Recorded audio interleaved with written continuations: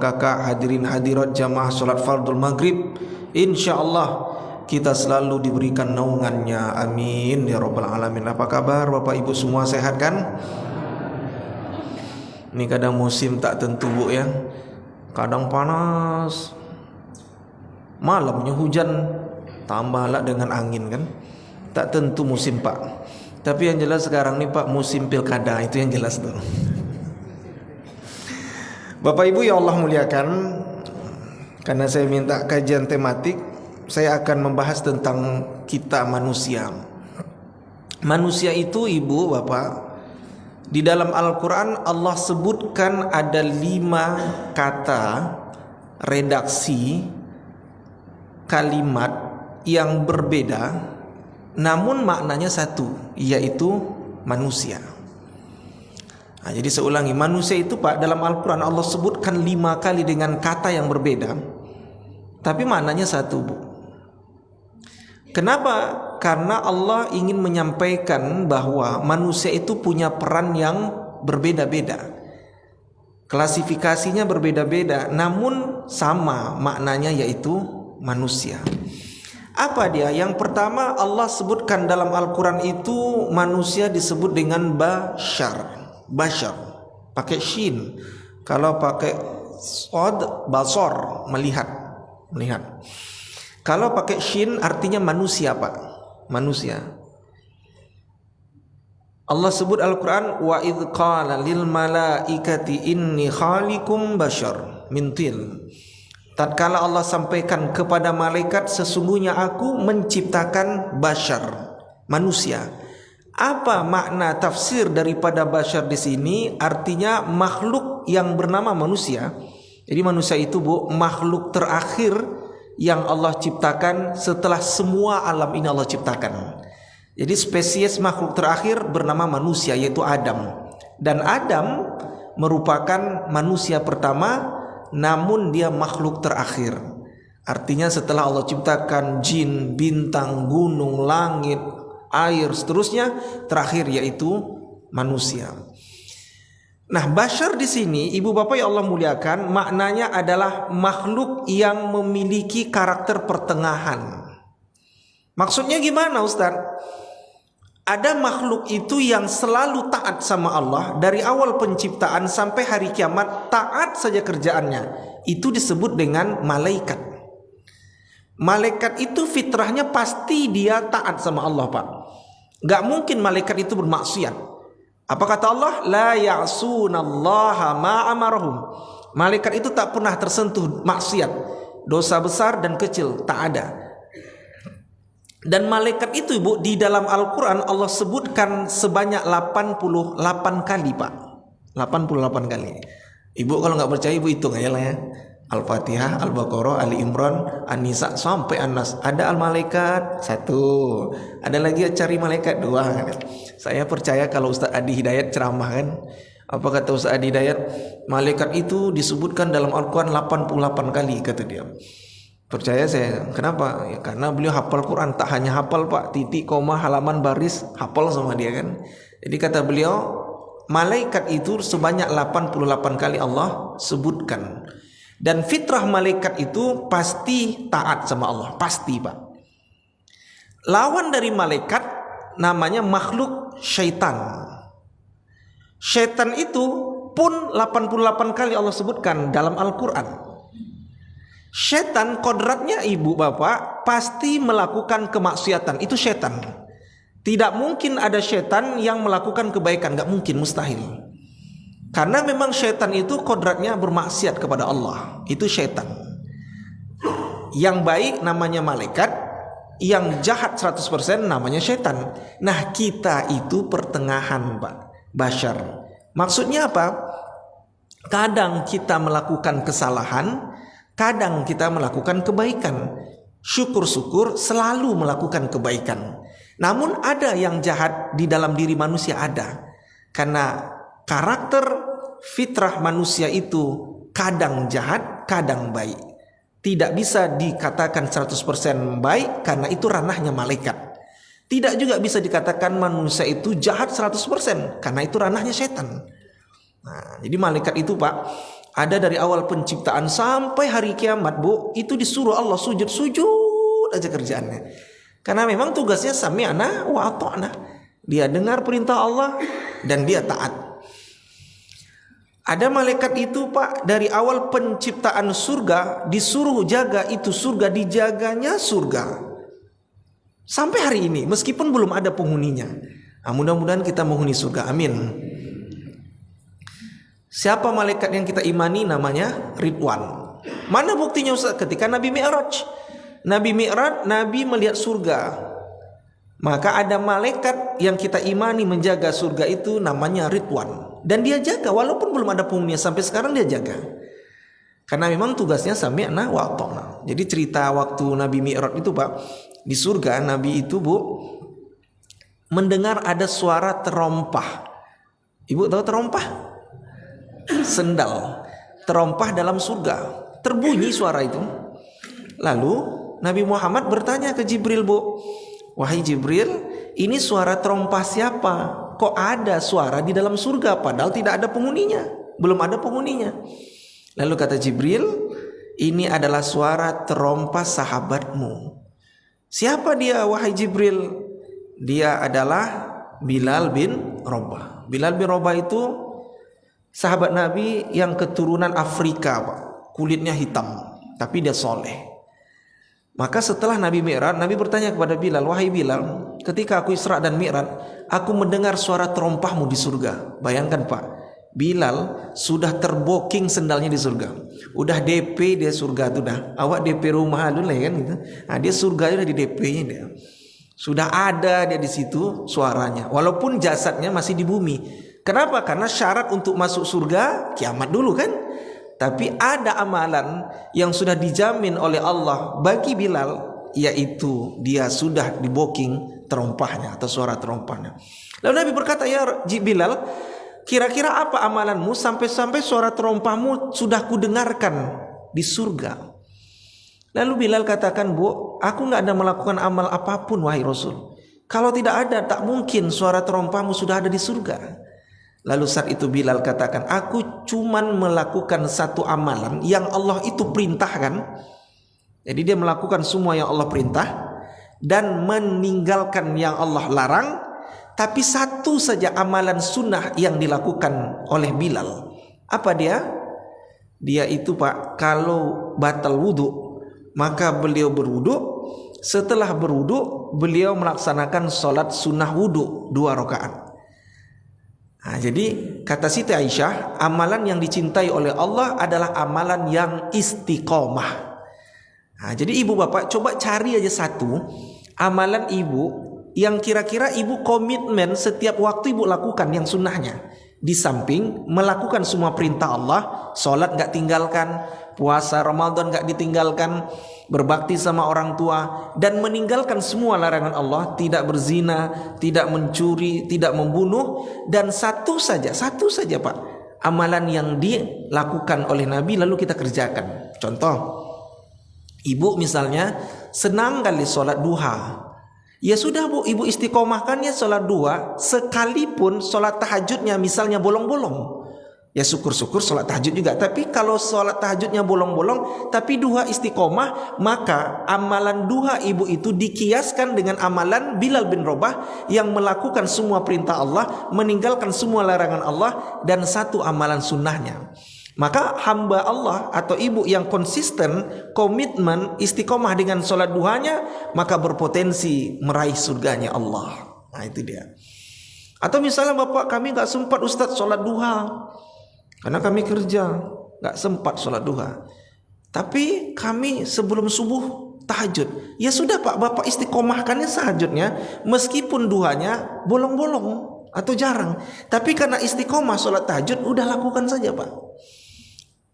Atau misalnya ibu, kami gak sempat duha Ustaz, kami gak sempat tahajud, terus saya itu sering Ustaz berzikir, subhanallah, subhanallah, satu hari itu 100. Maka bagus, kata Nabi, innila astaghfirullah fi kulli yaum, aku sesungguhnya beristighfar minta ampun kepada Allah fi kulli yaum, dalam satu hari itu.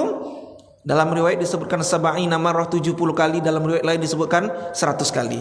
Ya sudah, bapak istiqomahkan aja. Zikir pakai tasbih. Tasbih itu boleh Bu ya.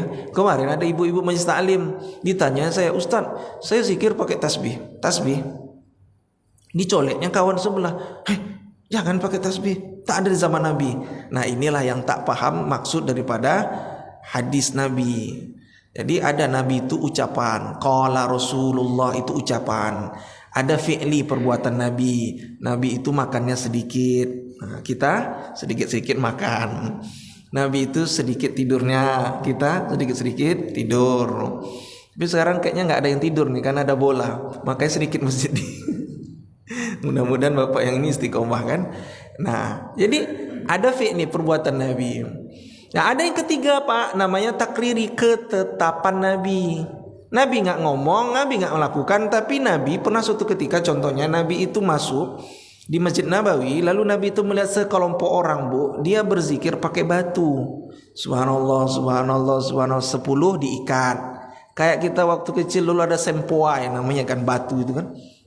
Nah, kalau sekarang anak-anaknya mainnya kumon. 10 hitung, berarti kalau udah 10 ikatan lidinya itu kan 100. Nabi lihat Pak, lalu Nabi tinggalkan.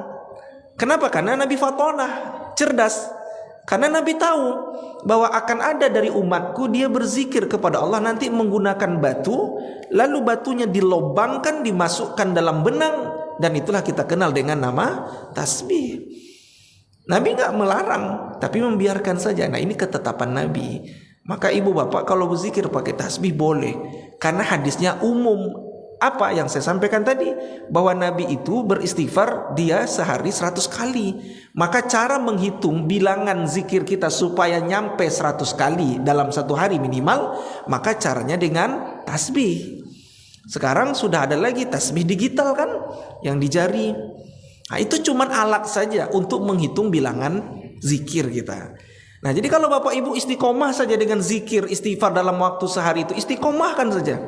Di samping melakukan perintah Allah, meninggalkan larangan Allah, maka perbuatan ini dikiaskan dengan amal Bilal. Itu dia. Oh, kalau begitu Ustaz, saya ambil satu sunnah Ustaz. Apa dia?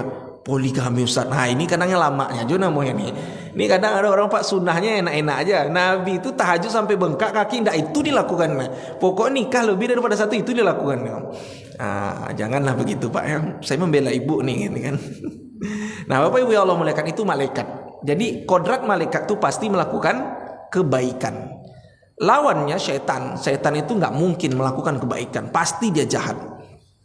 Kita itu disebut bashar. Yang kedua, manusia itu di dalam Al-Quran disebut dengan ins. Ins, manusia artinya. Tapi apa tafsir daripada ins ini? Ins ini artinya adalah makhluk yang tampak, nampak, kelihatan wujudnya. Lawan dari ins, setiap ayat yang Allah sebut ins selalu disandingkan dengan jin. Dan dalam Al-Quran disebutkan 18 kali. Wa ma khalaqtul jinna wal ins. Ya ma'syarul jinna wal ins. Jadi kalau ada jin, ada ins. Ins artinya makhluk yang tampak. Lawan dari ins adalah tak nampak. Itu lebih gampangnya Pak. Lawan dari tampak tak nampak. Lawan dari masuk tak masuk. Lawan dari tinggi tak tinggi. Pakai tak aja lah gitu kan. Nah, biar gampang urusan kita kan. Jadi ins itu tampak. Mustahil manusia itu tak nampak Pak. Contoh ketika baru dilahirkan seorang jadi bayi, hilang tiba-tiba. Nggak mungkin Pak. Pasti nampak bayi tersebut. Nggak mungkin hilang dia. Jadi kalau kita berkumpul di sini di masjid ini pasti nampak Pak. Nah, itu kodrat manusia nampak. Jadi kalau ada manusia yang suka tidak menampakkan dirinya, maka pasti dia bermasalah sebagai manusia Pak. Pasti. Contoh, kita masuk masjid ini lewat pintu Pak, nampak kan lewat pintu. Tapi ada orang masuk lewat jendela, berarti dia bermasalah sebagai manusia, pasti. Berarti dia maling kan? Takut ketahuan kalau lewat pintu. Atau kemarin kejadian yang di Sumatera Barat yang membunuh seorang anak perempuan penjual goreng kan, 2 pekan setelah itu digebrek, ditangkap sama warga kan. Kemana larinya? Harusnya lewat pintu, tapi dia lewat plafon. Dia nggak mau menampakkan, berarti dia bermasalah sebagai manusia. Iya, karena dia membunuh orang, pasti dia masalah, Pak. Jadi kalau ada orang ngumpul seperti ini, tapi dia suka di luar, Pak, sendiri di pojok sana, di luar dia, menyendiri dia, berarti saya hakul yakin dia pasti ada masalah, Pak. Entahlah masalah hutang, entahlah baru berantem sama keluarganya, pasti ada masalah, Pak. Saya punya jamaah ibu-ibu di Rumbai, dia bilang, Ustaz, anak saya itu betah betul di kamar, katanya. Sekali keluar kamar cuman makan, habis itu masuk lagi kamar. Tak apalah dilakukannya. Kadang nonton, ndaklah nonton terus-terusan. Enggaklah juga kamarnya ada AC, pakai kipas, katanya. Lalu saya jawab, pasti anak ibu ada masalah, Bu. Nggak tahu kami, Ustaz. Ternyata diusut-usut punya masalah. Apa masalahnya? Masalahnya dia main pinjam online. Enggak hanya 1-2 aplikasi, belasan aplikasi. Main ini lunas, tutup lagi, jadi gali lubang, tutup lubang. Saya nak paham pula. Sekarang Pak, pinjol ini gampang, Pak, kata orang. Cukup foto KTP dapat 20 juta kan gitu. Tapi Pak, ribanya besar. Stres orang. Banyak anak-anak muda nih yang terlilit pinjol. Ditekan sama debt collector kan, bayar nak bayar. Jadi stres dia karena ditekan sama debt collector, ditagih hutangnya. Dan dia stres, maka dia menyendiri, Pak. Nah, maka kalau ada manusia yang tidak mau menampakkan dirinya, maka dia pasti ada masalah, Pak, pasti. Karena kodrat fitrah dari manusia itu tampak. Lawan dari tampak namanya tak nampak, jin. Jadi dalam bahasa Arab, sesuatu yang diawali kalimat atau kata huruf jim dan nun itu artinya tak nampak. Contoh jin. Jin itu tak nampak. Mustahil jin itu nampak. Dan herannya di Indonesia, jin itu dinampakkan. Dan macam-macam jin yang dinampakkan di Indonesia pasti cacat semua. Sundel bolong cacat, suster ngesot cacat, nggak bisa jalan, pocong nggak bisa jalan kan. Dan herannya saya, banyak pula penontonnya di bioskop kalau tayang jin yang cacat tersebut. Itu herannya saya kan. Karena kodrat daripada jin itu tak nampak, Pak. Tapi Ustaz, ada di YouTube, di TV nampak editan tuh. Saya hakul yakin editan itu. Karena kodrat dari jin itu tak nampak. Tapi ada jin yang nampak, Bu. Apa dia? Jin dan jun. Nah, itu dia. Orang lama pasti tahu tuh. Orang baru mana tahu. Anak Gen Z mana tahu itu jin dan jun. Nah, itu dia jin. Ada lagi huruf yang kedua yang tak nampak. Tapi jin itu wujudnya ada. Tapi tak nampak kita. Tapi kalau bahasa anak sekarang, barangnya ada. Ada dia. Contohnya apa? Ketika di zaman Nabi Sulaiman alaihissalam, Nabi Sulaiman itu memimpin kalangan manusia, hewan dan jin. Maka ada salah satu jin namanya kalangan bernama Ifrit. Disebutkan dalam Al-Quran, siapa di antara kalian yang mampu memindahkan kerajaan Ratu Balkis? Maka waqala al-Ifrit, Ifrit berkata, saya wahai Tuan, berapa lama dari engkau duduk sampai berdiri? Wah, cepat juga ya.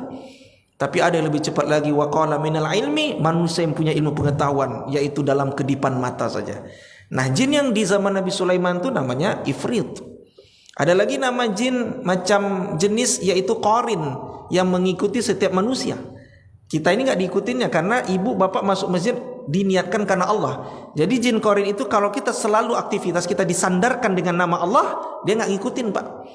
Contoh, bapak masuk ke kamar mandi, bapak katakan Allahumma inni a'udzubika minal khubuthi wal khaba'is. Ya Allah, aku berlindung kepadamu ya Allah minal khubus, dari jin laki-laki, wal khaba'is, dan perempuan. Maka dia nggak masuk. Tapi kalau ada orang masuk kamar mandi tanpa doa, maka dia ikut tuh korin.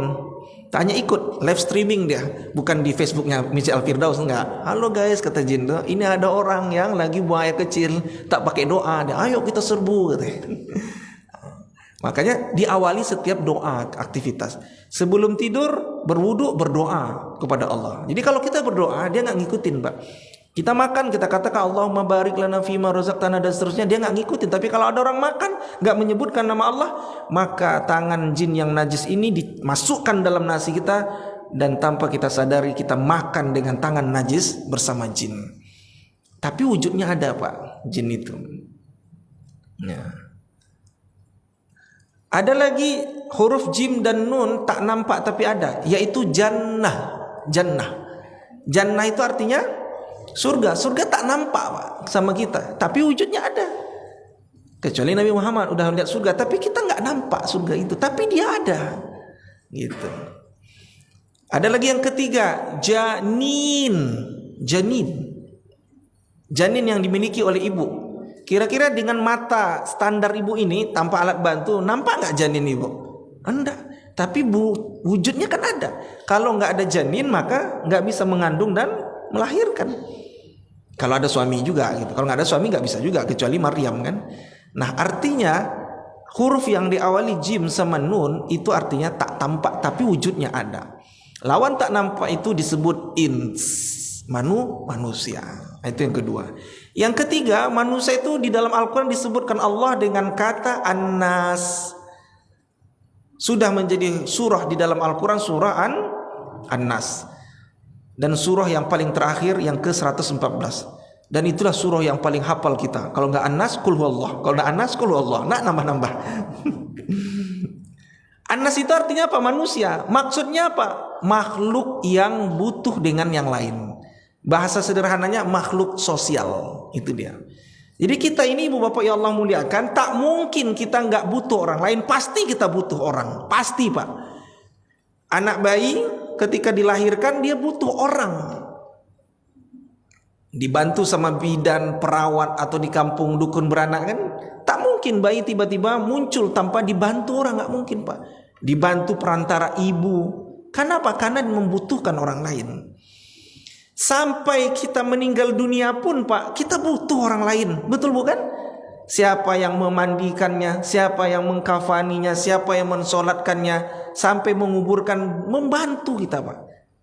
Kira-kira ada orang Pak, ketika sebelum meninggal dia berwasiat, nanti kalau aku meninggal dunia, tolong jangan angkat keranda aku ya. Kenapa Pak Ji? Biarlah aku sampaikan masuk langsung ke liang kubur, terbang aku. Tak mungkin. Pasti ada yang membantu Pak. Maka manusia itu butuh dengan yang lainnya Pak. Pasti itu, tidak mungkin dia hidup sendiri Pak. Seorang atasan disebut atasan karena ada bawahan. Gak mungkin dalam suatu perusahaan, dia yang punya itu perusahaan, dia seorang, gak ada karyawan dan stafnya, lalu dia bilang aku atasan, tapi gak ada bawahannya. Gak mungkin. Dia disebut atasan karena ada bawahan. Apalagi sekarang pilkada, seorang calon wali kota atau gubernur dia butuh rakyat untuk dipilih di alam demokrasi ini. Kalau nggak ada yang memilih dia, maka dia tak menjadi pemimpin. Maka saling membutuhkan gitu. Sama juga seperti ini, saya diingatkan untuk kajian di masjid ini karena ada yang mengingatkan. Jadi saya butuh orang yang diingatkan.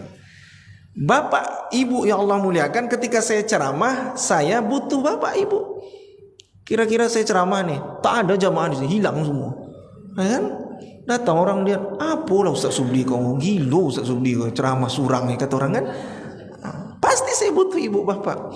Begitu ya sebaliknya, nggak mungkin bapak ibu duduk tiba-tiba di sini kosong. Orang lah, apa jamaah Masjid Al-Firdaus nih katanya.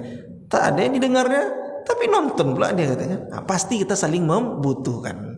Nggak mungkin Pak kita nggak membutuhkan orang lain.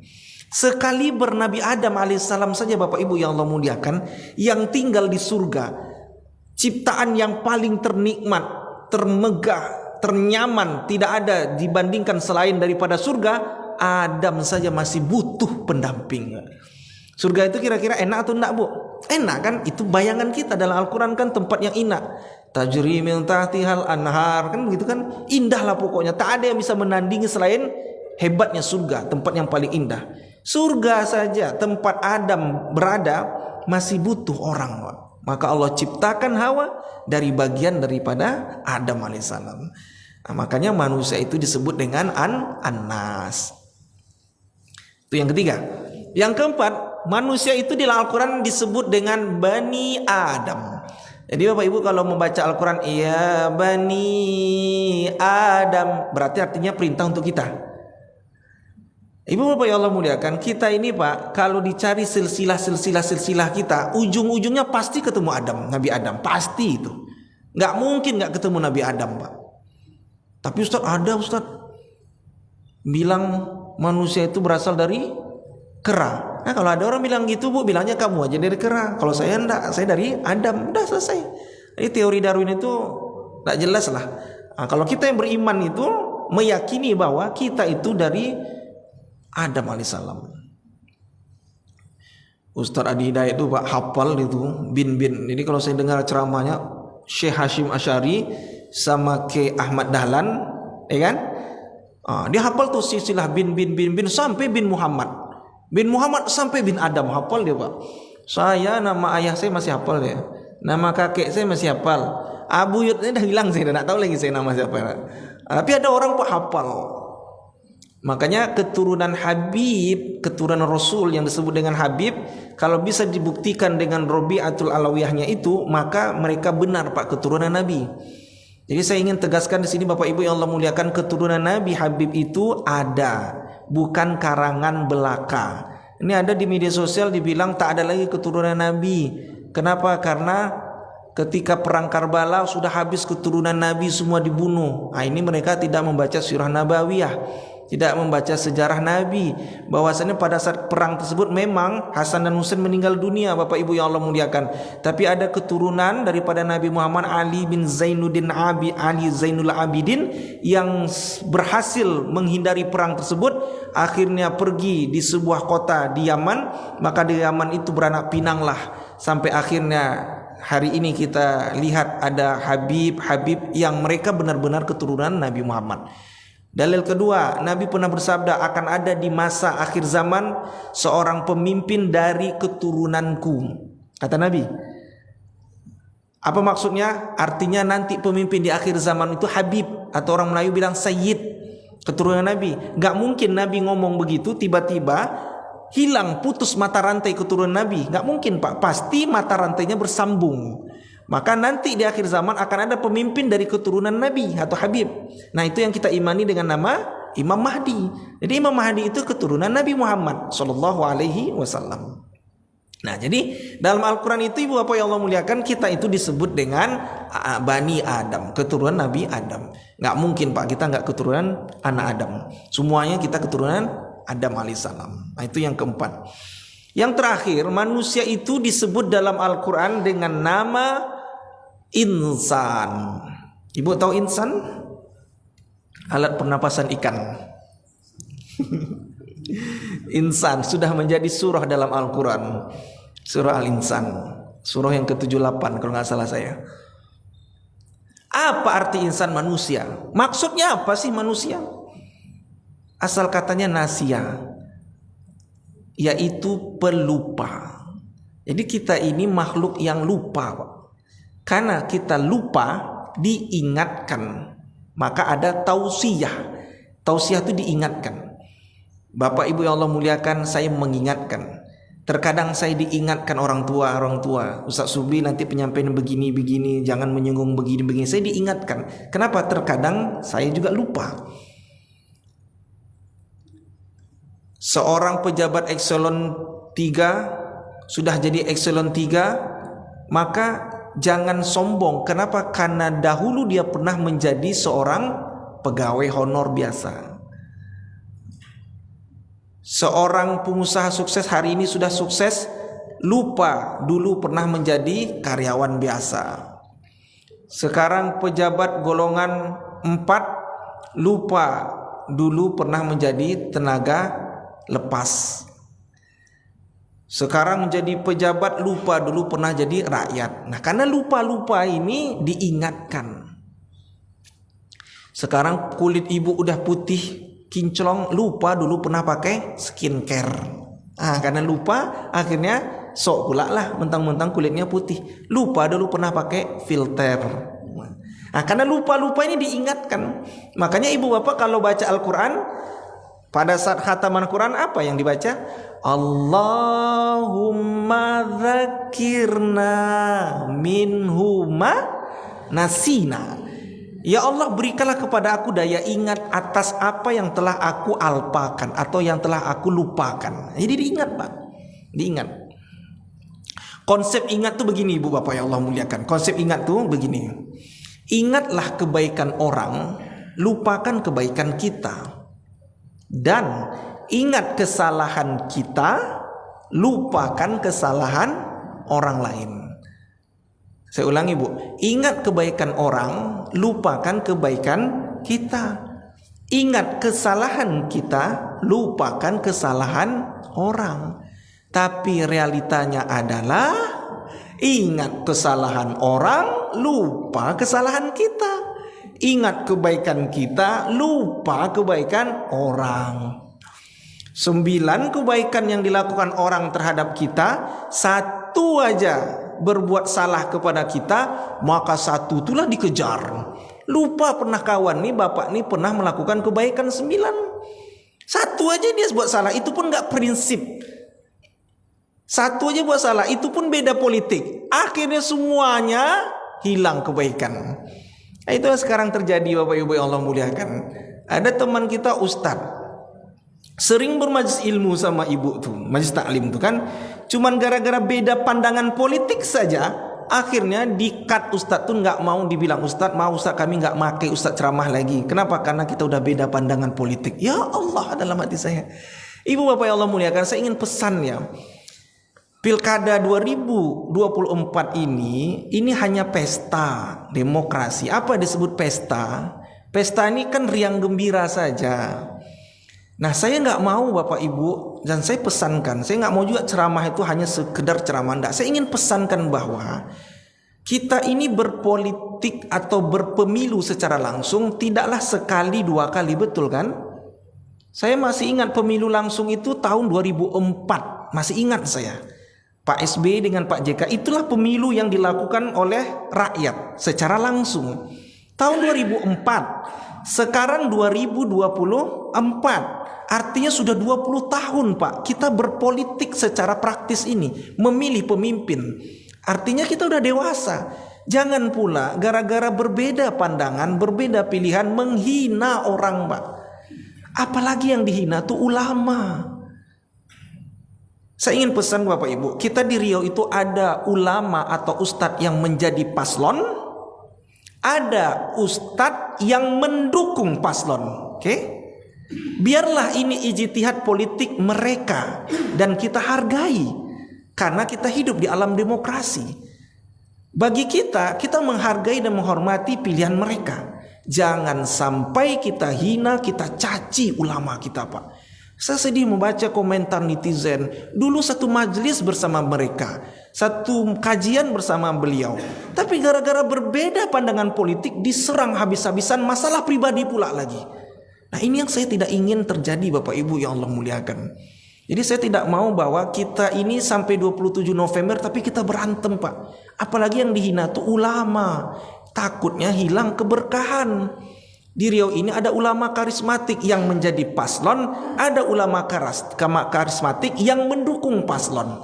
Maka bagi kita, hormati saja keputusan mereka tanpa kita dibawa menghina mereka Pak. Sedih saya Pak menghina. Ada lagi teman kita dilaporkan polisi, dah sampai ke Polda, gara-gara berbeda pandangan politik.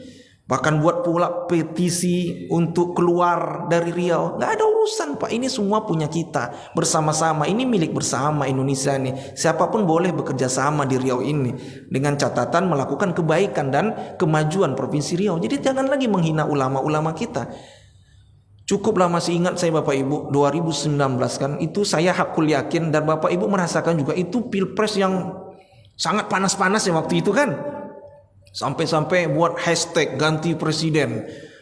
Ini pilpres seperti perang Badar. Masih ingat saya itu? Kalau nggak ikut Prabowo maka kita keluar seperti perang Badar di barisan Nabi. Macam-macam lah narasi yang dibuat kan. Selesai pilpres apa yang terjadi? Pak Jokowi menang, Pak Prabowo kalah. Prabowo jadi menteri, Sandiaga jadi menteri. Awak di bawah gigit jari. Selesai urusan. Jadi ngapain berantem-berantem? Udahlah. Apalagi yang dihina ulama pula. Daging atau darah ulama itu beracun Pak. Biarkan itu ijtihad mereka, udah selesai. Ini pula netizen ikut-ikutan. Saya lihat netizen ibu di jamaah dia pula lagi yang menghina ulama. Nah Bapak Ibu yang Allah muliakan, maka kita harus matang berpolitik ini. Silakan saja pandangan politik, sampaikan kebaikan-kebaikan dia. Ya sudah. Kalaupun tidak sesuai, kita semua pasti Bapak Ibu sudah punya pilihan masing-masing. Saya hakul yakin sekarang ini sudah punya pilihan masing-masing. Untuk wali kota sudah ada, untuk gubernur sudah ada. Ada Ustadz, jadi pemilu kita ini Pak, pemilih kita ini ada 3 sebenarnya. Pertama, pemilih militansi. Pokoknya aku kalau nggak partai itu nggak mau aku dukung, harus partai itu militan namanya. Dan itu ada partai yang militan pasti Pak. Apapun dia, A kata partainya, A kata Dewan Suronya, A semua ke bawahnya, itu militan. Yang kedua, ada pemilih itu realistis. Aku kalau nggak dapat sembako, nggak dapat duit, nggak aku pilih. Aku kalau nggak dapat jabatan, nggak aku pilih dia. Aku memilih dia karena ada jabatan yang dijanjikan. Aku memilih dia karena ada yang aku dapat. Itu realistis Pak. Nah yang ketiga ini swing voter namanya. Apa dia? Pemilih yang masih wait and see, masih melihat. Ini kira-kira programnya cocok nggak? Kalau kita mau minta semua program dia ke kita, nggak akan mungkin Pak. Tapi cari satu yang kira-kira cocok dengan bidang kita. Contoh misalnya, saya dosen. Kalau ada program-programnya yang menaikkan kesejahteraan dosen, maka kan cocok di bidang saya.